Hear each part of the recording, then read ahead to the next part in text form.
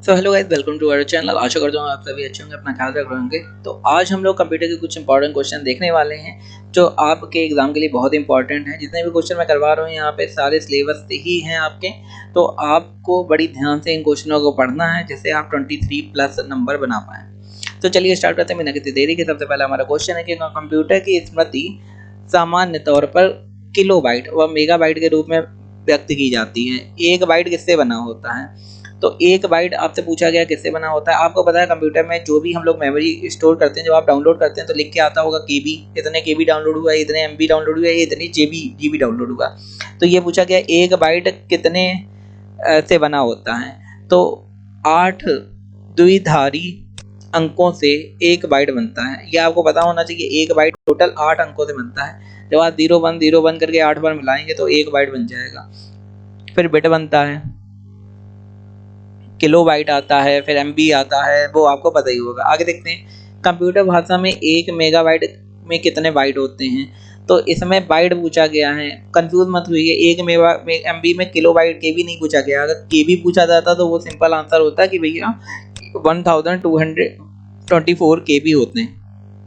लेकिन अगर बाइट पूछा गया है तो ये आपको याद करना पड़ेगा कि यहाँ पे 10 48 576।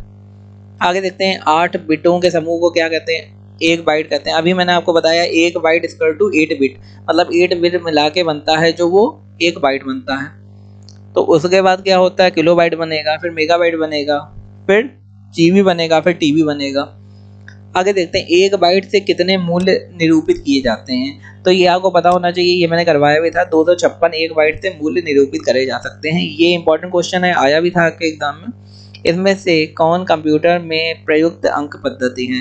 कंप्यूटर में कौन सी पद्धति उपयोग करी जाती है? बाइनरी करी जाती है, ऑक्टल करी जाती है, हेक्साडेसिमल, मतलब सारी जो पद्धतियां हैं कंप्यूटर में प्रयुक्त की जाती हैं। कंप्यूटर कौन सी भाषा को समझता है? बाइनरी, मतलब 0 और 1 को ही समझता है। किसी भी अल्फाबेट को या किसी चीज को पहले ये इसमें कन्वर्ट करता है, उसके बाद समझता है। यहाँ पे उपयुक्त तीनों आंसर सही हो जाएगा।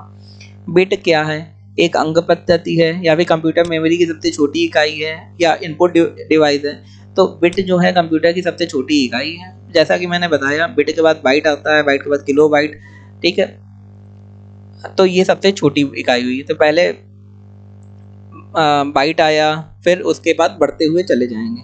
आगे देखते हैं कि कंप्यूटर में शब्द की लंबाई को मापा जाता है। तो शब्द की लंबाई को एक बाइट में मापा जाता है कि शब्द कितना लंबा है। तो आपको बताइए 0101 में किसी शब्द को लिखा जाता है, तो उसी के अकॉर्डिंग हम लोग नाप सकते हैं किसी शब्द को। आगे देखते हैं क्वेश्चन, कंप्यूटर मेमोरी की क्षमता को नापते हैं। कंप्यूटर मेमोरी की क्षमता को किससे नापते हैं? उसे हम लोग बाइट से नापेंगे। सारे का आंसर बाइट है क्योंकि यहाँ पे बाइट ही पूछा गया है मोस्ट ऑफ द में। बिट का क्या मतलब होता है? सिंपल सी बात है, बाइनरी डिजिट जो होती हैं उसी को बिट कहते हैं, ना कि बाइनरी नंबर। कंफ्यूज मत होइएगा। बाइनरी डिजिट मतलब 0 और 1, इसी से बिट बनता है। तो दोस्तों ये थे हमारे आज के क्वेश्चन। कुछ आगे और इम्पोर्टेंट क्वेश्चन देख लेते हैं हम लोग। सबसे पहले क्या है क्वेश्चन दिया है कि निम्नलिखित में से कौन सा ऑपरेटिंग सिस्टम सॉफ्टवेयर किसी कंप्यूटर को प्रारंभ करने के काम में आता है। तो कौन सा ऑपरेटिंग सिस्टम कंप्यूटर को प्रारंभ करता है? भाई कोई भी ऑपरेटिंग सिस्टम हो, आपके कंप्यूटर में कोई भी ऑपरेटिंग सिस्टम पड़ा हो, वो कंप्यूटर को प्रारंभ करने का काम होता है, चाहे वो MS DOS हो, यूनिक्स हो, या फिर विंडोज हो। तो उपयोग सभी यहाँ पे सही हो जाएगा कि जब हम लोग कंप्यूटर खोलते हैं सबसे पहले वो ऑपरेटिंग सिस्टम ही खोलता है। आगे देखते हैं JPEG का प्रयोग किस फाइल फॉर्मेट स्वरूप किया जाता है। आपको तो सभी को पता है JPG या JPEG या PNG का यूज चित्रों के लिए करा जाता है। तो जो स्थिर चित्र होते हैं उसके लिए JPG का प्रयोग किया जाता है, ना कि चलचित्रों के लिए। निम्नलिखित में से कौन सा आधुनिक कुंजी पटल लेआउट है? तो कौन सा है भाई? तो इसमें से कौन सा होगा? तो इसमें C नंबर है, क्वेलिटी जो है आधुनिक कुंजी पटल लेआउट है। आगे देखते हैं निम्नलिखित में कौन सा एक कंप्यूटर अटैक का प्रकार नहीं है। भाई फिशिंग एक कंप्यूटर अटैक है, स्निपिंग भी, स्पूफिंग भी है, स्टाइलिंग कोई अटैक नहीं है। स्टाइलिंग तो कंप्यूटर में करी जाती है, और बाकी ये सब वायरसी अटैक है जिसके पर्टिकुलर नाम दिए गए हैं अलग अलग, आपको पता होने चाहिए। मैलिशियस सॉफ्टवेयर, जो ऐसे सॉफ्टवेयर होते हैं जो डेंजरस होते हैं, के लिए सामान कौन सा नाम उपयोग किया जाता है। आप पूरा तो बोलते नहीं मैलिशियस सॉफ्टवेयर, तो सिंपल सा नाम जो है कौन सा नाम उपयोग करते हैं, तो उसे कहते हैं मालवेयर।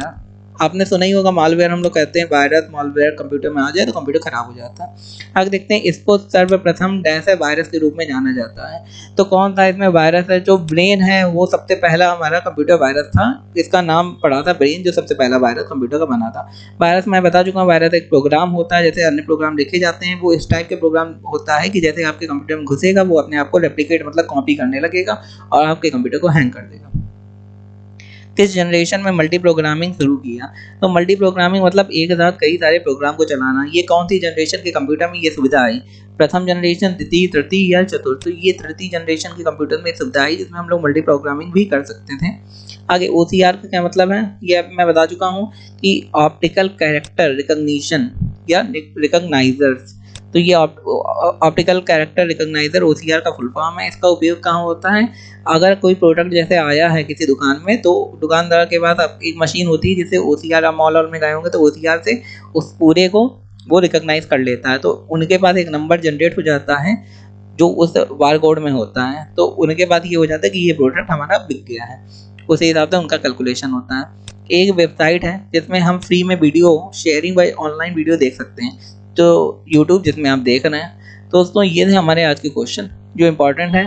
तो दोस्तों जिन दोस्तों को हमारा ये काम अच्छा लगा, अगर आपको अच्छा लगा तो हमारे चैनल को लाइक शेयर सब्सक्राइब जरूर कर दें। इसके अलावा आपको कौन से वीडियो चाहिए, किस टॉपिक में चाहिए, वो हमें कमेंट सेक्शन में बताइए, उसमें वीडियो मैं बनाऊंगा। धन्यवाद।